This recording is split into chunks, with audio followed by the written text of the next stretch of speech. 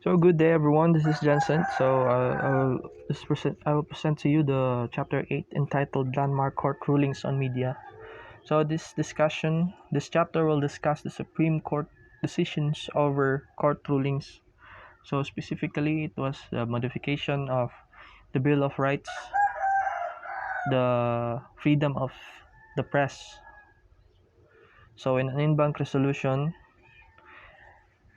the Supreme Court the Supreme Court disallows live television on radio coverage. So this happened on October 22, 1991. So it was a libel case against Luis Beltran. The th- this decision was made because of a slight change of the proceedings while it was being while it was in a hearing. So on February 11, 1991, the same year, earlier on 1991, February 11, Judge Macasiar granted earlier request of televising or telecasting the hearing of Luis Beltran, and it was entitled People of the Philippines versus Luis Beltran. It was live telecast, so the day that was the day that the hearing was being made in the sala of Macasiar. But the House of the Representatives sees it as a negative negative sees it negatively. The live telecasting of the hearing of Luis Beltran. So Art Borjal was the late Art Borjal said he was a sectoral representative on that time. So he said that in the US and other democratic countries, live television and radio coverage is strictly prohibited under their rules of court. So the freedom of press has a kanang limits, um quote unquote limits. So he said that for such practice tends to undermine the integrity of the decorum in judicial proceedings. But Judge Macasiar defended himself, and he said that he never asked or invited or requested any media man, whether print, broadcast, or telecast, to cover the court's proceedings. He said that he said that the only usual video footages would be taken for news purposes, but however, it was telecast live on the public on that day, February 11, 1991, and was being bashed by the public. Being the hearing was affected by the public's opinion. So Judge Macasiar remarked or said replied to late Borjal or Borjal that he was not aware of any law. However, it might be offensive to the constitutional freedoms and rights. So the banning of live television might be offensive to the Bill of Rights, are specifically Article 3 of the 1997 constitutional guarantee of the freedom of press, speech, and expression, and also added that the justice system in the Philippines cannot be compared with America, because the US adopts jury system where laymen can say their opinions about the proceedings or the hearing. So layman's were some of them were not not don't have a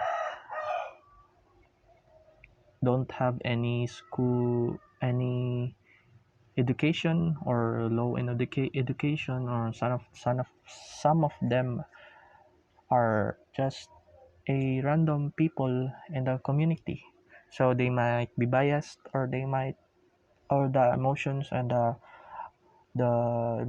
other comments and of the people might affect the proceedings. So that is what Judge Macasiar was concerned of. And also in the Philippines, he said that the justice is administered by the by the judge himself or herself, who learned the law by being in a law school for how many years and taking a bar exam. And then said that, but going back here, the arguments of Judge Macasiar, even if he defended himself, he do what he can. He also said that um, pwede lang unta ang dili lang unta i-ban ang live television, but to have a some kind of rules of rules or something, that rules or limits on how or what the public can see or hear. That was the his request to the higher court. He said, and then but then the higher court, Supreme Court, did not find his arguments kanang helpful to the proceedings. So the high court did not allow and the live the live telecasting and live broadcasting of such criminal cases. So it was it was made on October 2022, 1991. They made a en banc resolution where live television and radio coverage must not be on the proceedings. So even after even after so many arguments, so many con con ay, so many words, so many things that Judge Macasiar said to the High Court, they did not allow it because as Art Borjal said, that it's such practice tends to undermine the integrity of the decorum. Also, the High Court, also the Supreme Court based this kanang en banc resolution from the US Judicial Conference Committee that said that cameras in courtrooms I prohibits the presence of television cameras in criminal trials. So the Supreme Court did not I based I the Supreme Court did base this on the arguments of Art Borjal, where televisions, TV cameras, and live broadcasting is in the US isn't allowed. So in the federal rules of the court,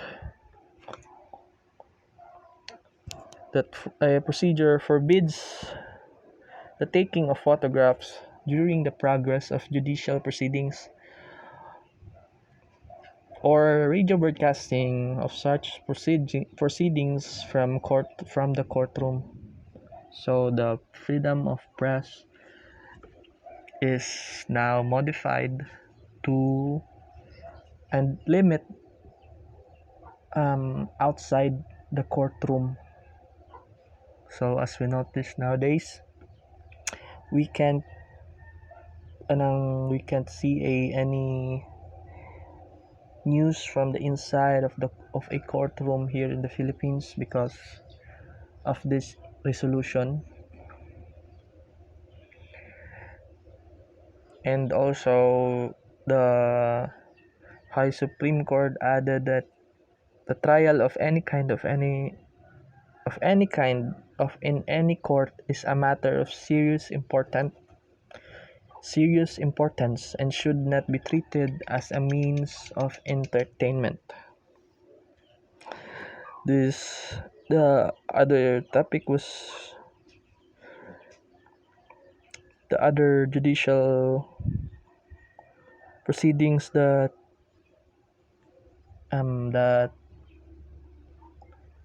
eliminated cameras inside courtrooms the is in this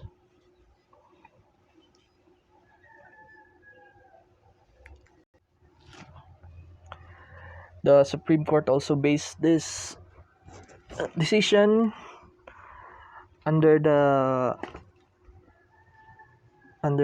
US US rules, US judicial rules that happened earlier. So in US has a judicial trial with a live telecast earlier on 1990. I didn't have the exact year, but it was earlier the in-bank resolution.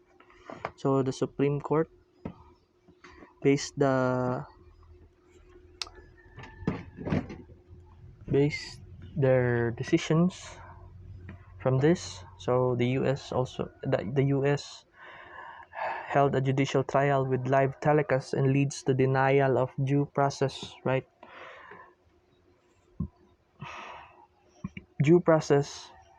from the criminal defendant. So this happened earlier, as I said, Giniha.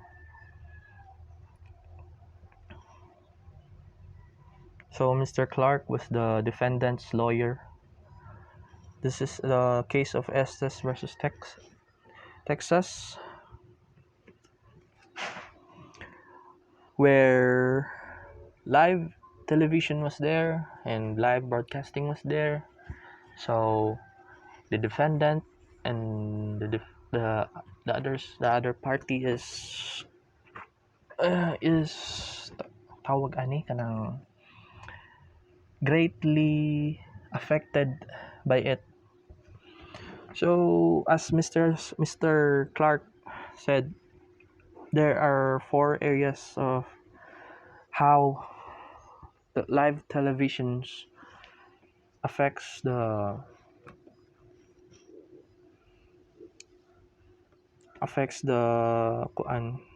proceedings. So first is witnesses might be frightened and become nervous. He said that it it might bias it might change the thing that they witnessed, or it might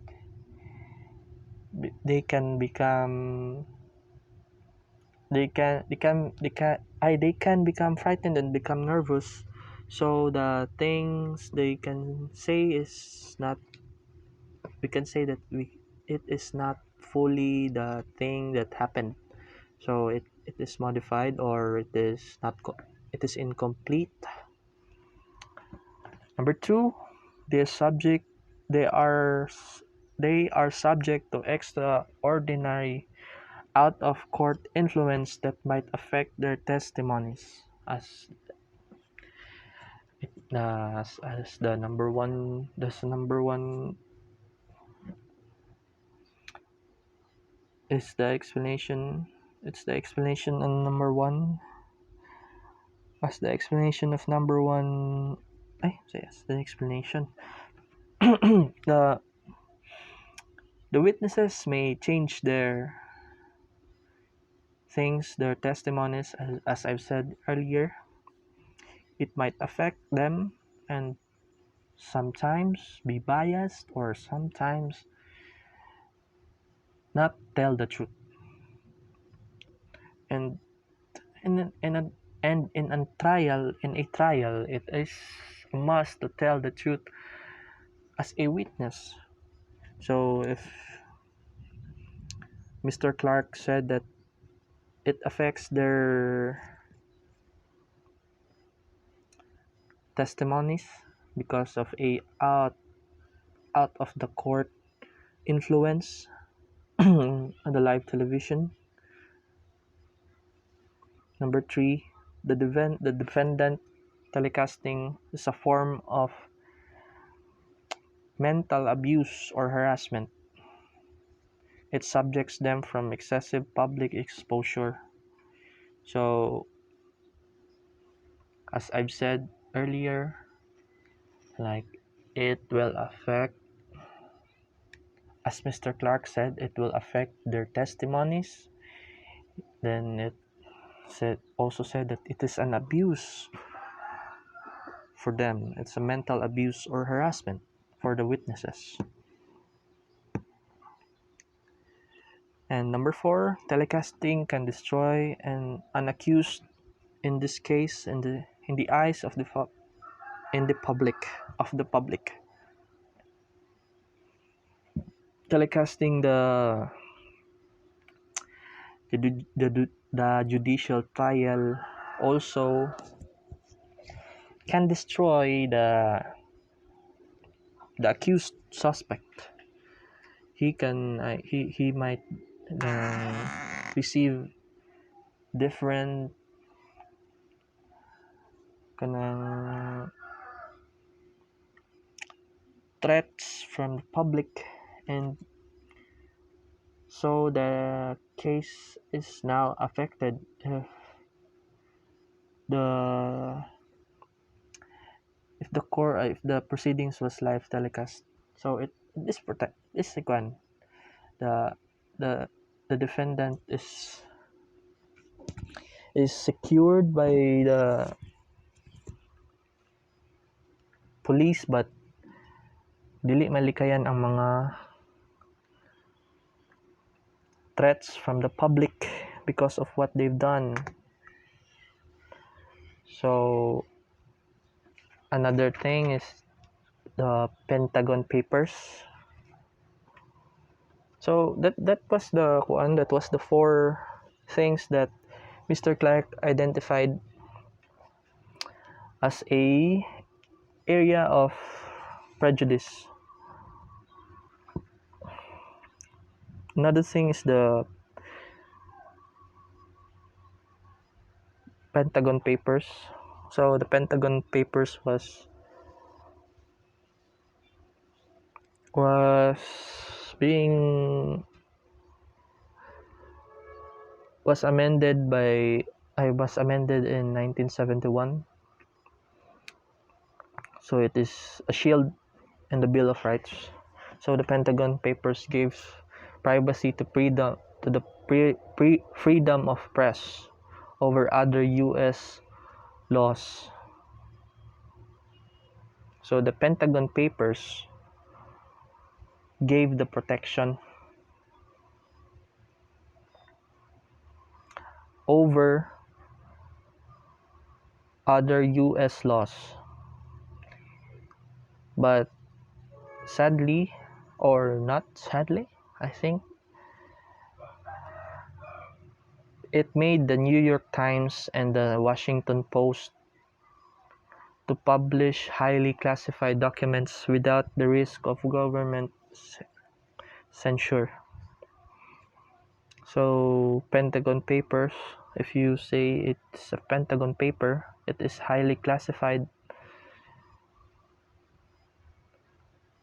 information. It is a highly classified information from the government.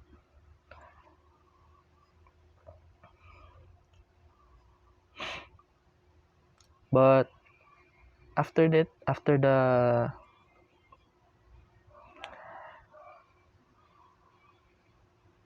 the Pentagon Papers was released, a 6 years of war against Vietnam, and the administration was facing widespread of dissent from large portions of the American public. So it made the war against the Vietnam burn more, and so a large portion of American public has died in this war because of the information being publicly available. The Vietnamese had the opportunity to have the informations from the New York Times and the New York Times and the Washington Post. So after having the Pentagon Papers, after the Vietnamese have the Pentagon Papers from New York Times, the news. So it was a anyways it was a 2.5 million world classified work obtained by the New York Times.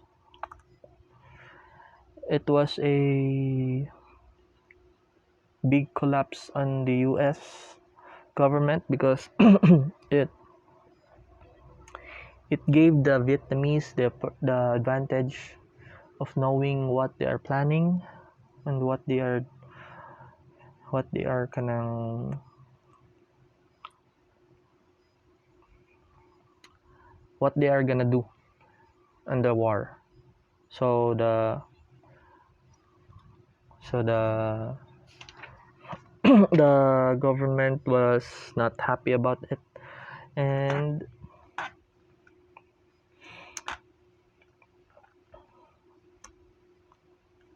however, in summary, the the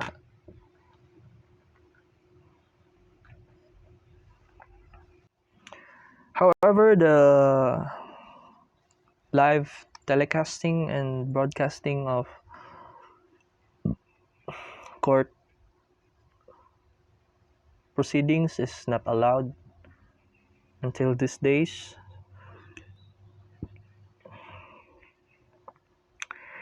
And it actually is it actually is kanang it I can say that it actually is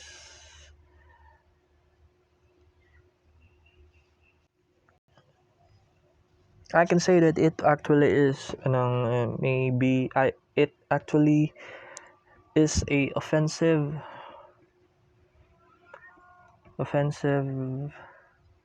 thing to ban it, but the High Supreme Court sees a negative side of telecasting it in public. So they amend a resolution. So they sign a resolution that the live television and live radio broadcasting must not be on a court trial or in any court trial here in the Philippines.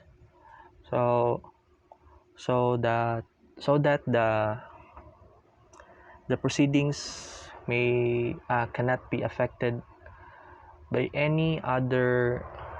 kanang any other things, or like out of the court